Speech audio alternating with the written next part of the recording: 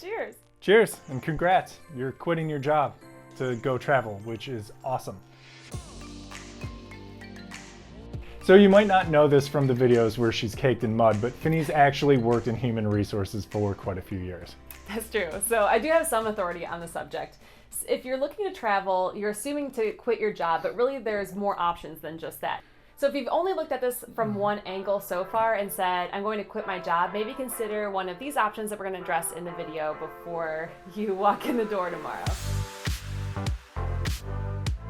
If you love your job and your job loves you back, you really can't underestimate how important and how valuable you are in the position you're in. Maybe you have a little bit of leverage then in talking about a sabbatical. And if you're going to do a sabbatical or ask for it, the most important thing is, I think, figuring out the length of time that you need to take off completely. If you ask for 4 months and your employer comes back with 2 months, are you going to talk about 3 months? Are you okay doing 2 months on your trip? So have that in mind before you begin the conversation with your employer. So the other thing to do if you love your job and your job loves you back is you can ask to work remote. And just like the last situation we talked about, there's some pros and cons to this. Pros, you're still going to be earning a paycheck while you're on the road. You're good. Good. That's a good thing. Always bring enough money.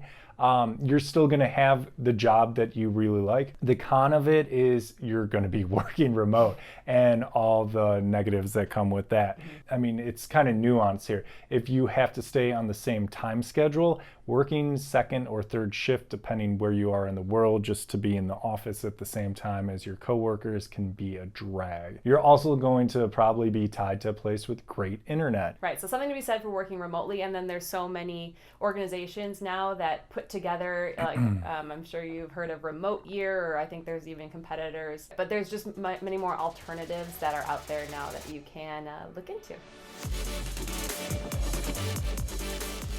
If you don't like your job and just want to straight up quit, the best way to tell your current employer is not through an Instagram post of you on a beach somewhere. Typically, people give 2 weeks notice, and I think that's pretty well known. You can give a little bit more to your employer depending on your relationship, how long you've been there. I would not recommend telling them 3 months ahead of time, especially if you're planning to quit and not come back. Let's have that conversation, because I think that's important coming from a human resources standpoint. You don't want to ask for a sabbatical or to work remotely because you have this plan to travel for a year, 3 months before you're going to travel. And now that's kind of this strange lingering thing in the air. And now maybe you're going to quit if they don't give it to you, but your trip isn't booked and you have nothing in place. And now maybe you're losing your job in 2 weeks. So there is this walking this fine line process. If you are just straight up quitting your job with no plans to return to that employer, do not underestimate how awesome it is to just have no concept of time while you're traveling and just to truly be free from that. Definitely a little more stressful because you don't know about money when you're coming back necessarily, but a little bit of planning later in your trip can take care of that, so don't stress about it too much. Finally here, there's the option to completely change your career while you're abroad. You're going to meet a lot of people who are doing different things.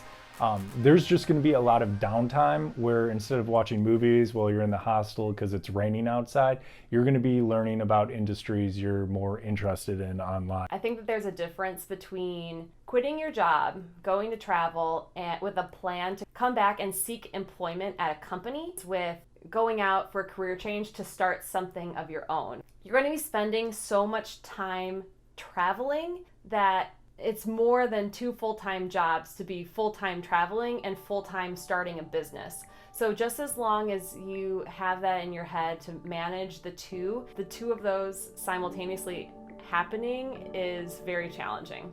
Exhausting. Okay, we wanted to keep some of the personal stories to the end, but I think it's really important to talk about because personally, I was really stressed about the whole quitting jobs and, oh, we'll just go travel and then we're going to be homeless when we get home.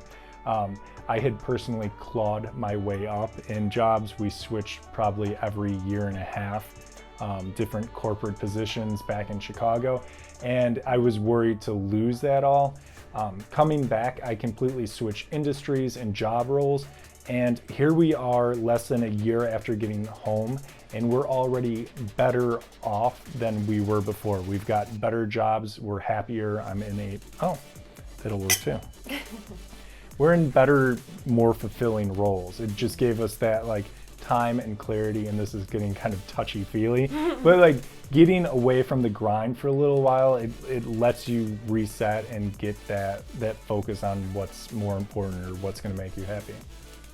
Well said, Tim. That's adorable. That's a Disney movie right there. So stinking cute.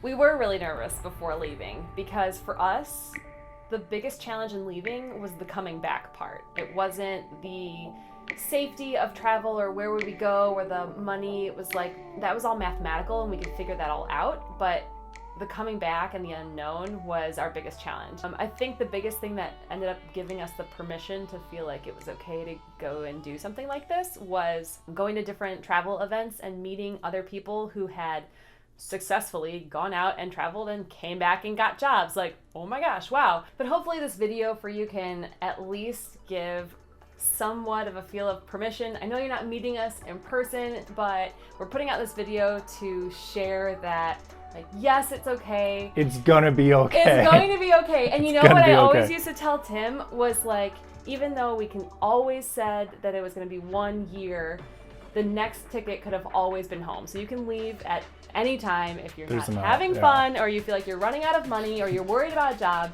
you can just go home. You're not committing to anything except for this arbitrary date in your mind. 20 seconds, wrap it up. Okay, it's like New Year's. Like, what should we? So everybody's going to have their own circumstances, whether they want to return to their job or just leave it and never see their boss again. Good luck quitting your job. Hopefully this helped a little bit. Don't be nervous. It's all going to be okay. I promise. And if it's not, just like blame it on us. And Don't. 2, 1, bye.